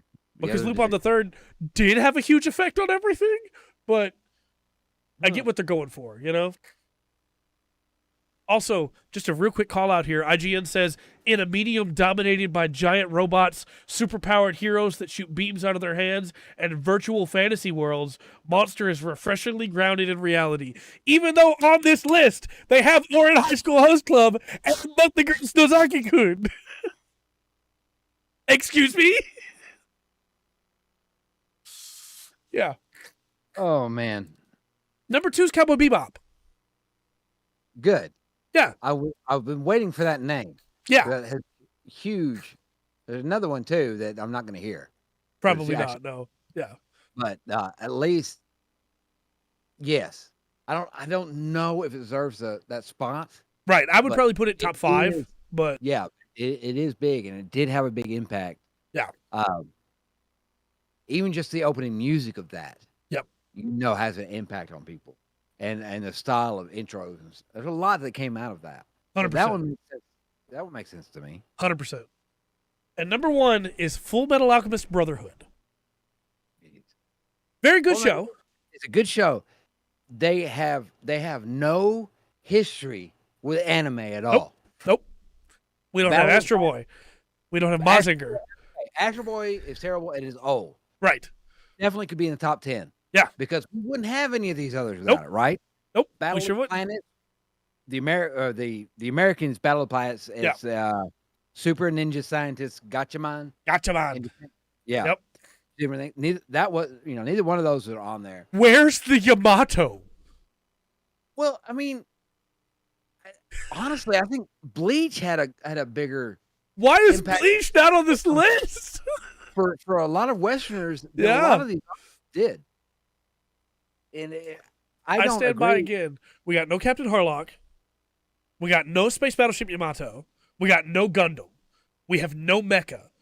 So Yeah. no space shows exist in that reality where none of those are on this list. Yeah, right after Battle of the Planets, you would have Gundam. Yep. And then not further along after that, you would have Sailor Moon and the American Sailor Moon. Yeah. There's just And don't get me It's wrong. I'm sitting hard here to be going, hey, I can't think of a single flaw in Full Metal Alchemist Brotherhood. That would be in my top 5. I love that show. I Yeah. don't think it's the best anime. no, but it's a great anime. Yeah. But it's once again, it's other people that have come before. Right. It's If we're looking at the seminal, like what has changed anime forever, sure, Brotherhood has, but it hasn't changed as much as Legend of the Galactic Heroes, Mazinger, Macross, Gundam, and not to just do Mecha. We look at, as was said, Astro Boy. We look at Cyborg 009. We look at Kikaider. I guess all those technically still have mechs, but we look at Lupin the Third. We look at, man, there's so many shows that just. Where's Gintama on this list? that's what I'm saying. It's like they wanted to be niche Yeah, with it and try to sound cool. yeah. But with the criteria that you put out for this list, you're probably going to run into something that you don't like or you don't get. And So that's understandable, but they had a huge influence. they included a little deal here that is honorable mentions. And I just want to throw this out here because this is the hypocrisy, right? This is when you're writing an article or making a video, do not ever say the phrase "we didn't have enough time" or "something didn't make the cut," because you're choosing how long it is. Yeah. So they basically say here that, hey, everybody on their staff voted on different stuff that was on this list, but everybody had at least one show that couldn't make the cut. Like, they could have, though. This could have been a top 30, a top 40, a top 50. Well, even still, now you've changed the criteria. Yep. From what you originally stated. Yep. Now you just what you said earlier. This is just the favorite animes of your office. Right. This is not the greatest animes or the most influential animes of all. Right. So, do you want to hear some of their honorable mentions? That you're going to hear these here and go, yeah, that should have been on the list. Pola Magi Madoka Magica. Okay. Higurashi no Nakakoro ni, which started the horror genre in a lot of ways. Does Ava count as mecha? I guess technically it does. Yeah, I guess technically. Bebop, I guess, if we want to. Haikyuu, which is super popular around the world. That's the volleyball anime. Tenchi Muyo, which jump-started the harem genre. Harem and isekai would not exist without Tenchi Muyo. Psychopass, which brought the supernatural detective story back into the fore again. Mobile Suit Gundam 08 MS Team, which, hey, they actually had a Gundam series on there. Pokemon. Pokemon. I was just going to mention that. Pokemon and Digimon. With their criteria, you have to have both those on there. Yep. All right. Yuri on Ice, and then Trigun. Yeah, Trigun. Yep. Wow. Trigun should definitely be on that list. Definitely be up there. Yeah, Trigun 100% needs to be on there. 100%. Oh my gosh. Terrible list. Terrible list. Yep. Well, you threw something at me before we get to my corner. Yeah. And after this, you threw something at me about a billboard? Yeah, let's talk about FF14's ERP Billboard. Okay. Where did you see this? So this is in Houston, Texas. All right. There's a billboard up for the Rain nightclub in FF14, which is on Balmung. They bought a billboard to highlight their club with a special date, which is July 9th on Saturday. Ryuoki was the best. This would be fine, right? If you just want to advertise that you're having a big in-game event and you buy a billboard for $15,000, that'd be a decision to make, right? However, it is against FF14's terms of service to link while in any capacity being on an official setup to link your personal Discord for out-of-game use. And the mistake that they made here, there's a lot of them. We're gonna break down their mistakes here. But the first mistake is they put the logo of the game on the billboard. Yeah, don't do that. Their second mistake is the characters they have on the billboard are wearing data mined, pirated Mog Station outfits. Wow. That aren't available to buy yet. No. And as if that wasn't bad enough, the club is not a fun RP, go have a good time club. It's an ERP club for erotic roleplay. Oh, no. That they have now publicly advertised for with the FF14 logo. Oh. And modded outfits that are all against TOS. Oh, wow. These people are 100% getting banned. Oh, this is terrible. It hasn't been that long ago that FF14 streamers were getting banned for using DPS meters and calling people out that they were playing with, and their viewers going and attacking those people's streams. The person who was using the meters would get banned because the FF14 team doesn't care if you use the meters, even though they're against TOS, until you use them as a weapon to attack somebody. The FF14 team doesn't care if you're having ERP until you publicly advertise you're doing it. In Houston, Texas. Oh, man, that's awful. That's so bad. Oh, my gosh. So, yeah, they spent $15,000 to get banned.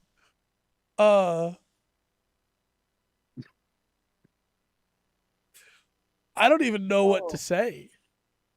That's great. It just, how do you make this choice? They got their Twitch names on there. They got their Discord link on there. Like, they're 100% getting banned. Why would you put the game logo on there? I don't know. This is as bad as the guys that bought an original copy of Dune. Yeah. I thought they owned the publishing rights to it. Yeah. Spent $3 million on a book just to find out they didn't own the publishing rights. Yeah. Oh, Waverly, I was in Houston today and didn't find out about this until just before the podcast. I'm so mad. If I'd have known, I could have taken a picture and had a selfie of me in front of this billboard for tonight's show. I was there. Oh man. Oh my gosh, that's awful. Awful. Yeah. I don't understand. Yeah. So, you know, it's a speed run to get banned, I guess. Yeah. How to do it.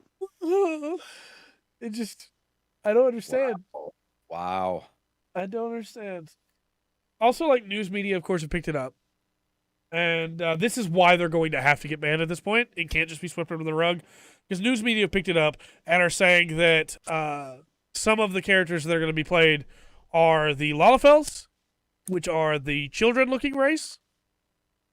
Which, of course, means Yeah, even worse. those people have to Just get banned. Make it even worse. Square Enix has to cover up themselves here. Yeah. Well, they have to do it just from a copyright point. Yep. Right? It's just the fact that their logo, without anything else, the fact that the final FF14 copyrighted logo is on that billboard. Yep. You know, you are signifying that Final Fantasy that Square Enix is hosting this somehow. Right. Oh man, it's bad. And then it just keeps getting worse. As if it couldn't get worse. The person who is running this considers himself a Final Fantasy pimp. And that he has a bunch of girls pimped out. And says that he has over $150 million in operations costs for this business. Which means he's now publicly said that he's making money off of FF14 as well. Which means not only is he going to get banned, he's going to get sued. God. So yeah. Oh, what man. a great way to destroy your life, right? Yeah. Especially when all of this could have been done legally and not creepily. Yes, people are dumb. That's amazing. Oh gosh. So yeah, that's gonna backfire big time. Yes. All right, well let's see if we can get some better news. Let's toss it over to Rugrat's Corner. All right. Wow.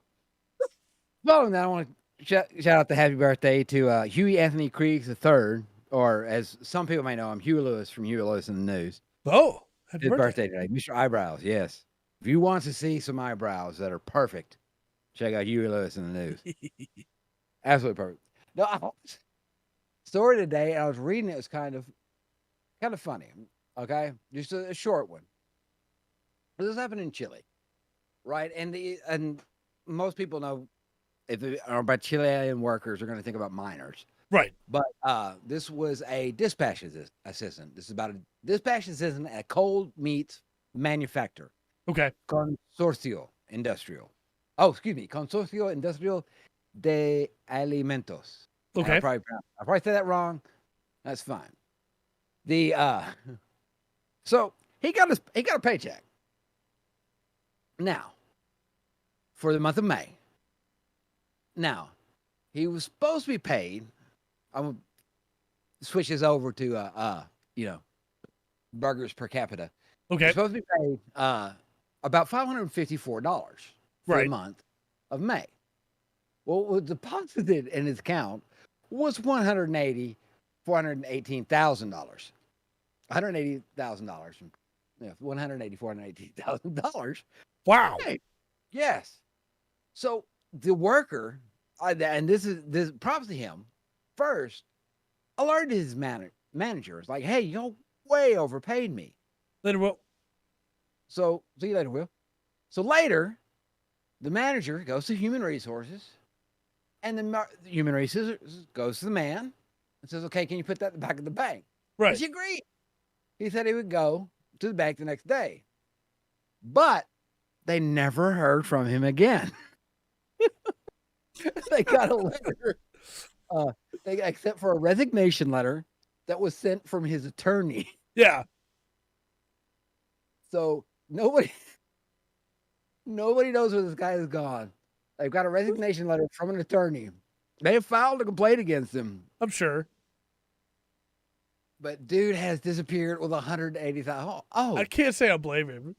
Look, I have heard of own payments before, like a couple $100, but that is 330 times the amount he was supposed to pay. And I was like, see ya. Yeah. Oh yeah, I'll go to the bank the next day. Yeah, don't worry about it. I'll be there. I'll be there. I'll put it in there, but give the money back. He did say, I admit, it's pretty smart having the lawyer take care of it, though. Yeah, I agree. Because there's a big difference between $545 for a month, which is not much, right, to $180,418 for a month. Yeah. So, sir, wherever you are, whatever beach you are relaxing on, I appreciate you initially thought to do the right thing. Right. But I got to say, at the end, I don't really blame. Yeah. You were vanished. I can't. I would have to sit there and like really think about it. Yeah. I can't sit here and tell you that I would go turn it in. Like, I can sit here and tell you that I would tell myself I would go turn it in, but I can't tell you what would happen after that conversation was over. Yeah. After I talked to a lawyer. Yeah. The lawyer was like, "Hey, no, what are you doing?" Look, give me 20,000, disappear. Right. I'll take care of everything. Man, enjoy your retirement, sir. Right. Absolutely. That was my story. Out of Chile. Yeah. Because the last story I got out of Chile, if you know, it was Chilean miners. It did have a happy ending. Man, that was rough. That was a rough story. It was rough. This story is good. Yeah. I like it. I'm gone. Man, I don't even blame him. Him. All right. Well, do you have any plugs for the night, sir? I really don't. This week, I watched a lot of cheesy movies and caught up on stuff. Yeah. So I have been a bum this week, having the week off. I have two plugs. All right. The first one is that Mega 64 put out the Boo Saga in 5 minutes, which is where they've been slowly going through the different over years. Is how much effort's put into these things. And of course, it wasn't actually 5 minutes. It was like 16 minutes. But it's 5 in-universe minutes, I'm sure. But that video is very good. You should look it up. Mega 64 makes some great stuff. And this other one is one that this person should have more subscribers. I'm going to just throw that out there. I want to plug Not So Good Artist. I'm going to put the link in the deal here. Because they're a very good artist. And they do videos like, hey, draw in the Straw Hats as if they were ninjas or as if they were Hashira from Demon Slayer. And the art is top tier. This person has really high quality videos. The editing's really nice. It's all really clean. There's no voiceover. It's just real chill. It's definitely worth looking into, in my opinion. Right on. Very good stuff. Then we'll be back, of course, Thursday. Thursday night show. Yeah, we'll have the monsters. Yeah, talk from about Mordecai. Something else a little bit. Yeah. A little bit. But stoked. Be good. Yes. Monday with Info Mondays. Videos will keep coming out. Because of the delay, I did not get to record another video today for Thursday. I'm going to try and get that done tomorrow for Thursday. But if we don't get that one out Thursday, you'll still get the podcast Thursday because it'll go live. So, you know, it's not the biggest crime in the world. But videos will keep coming up as they do, you know. So, yeah. Also, real quick, I'm just going to throw this out. Ever since the start of Info Mondays, because I go back and watch them, my YouTube recommendation has been getting a lot of specifically music video recommendations from Lord of the Rings Online. And I don't know why it's just the music that gets recommended to me, but I find it really funny. Like, there's a song called Kings of Gondor that has been coming up. Yes, that is because it is an award-winning soundtrack. Yeah. I find that really funny that YouTube goes, oh, you're watching Lotro videos? Here's the music. We know you want it.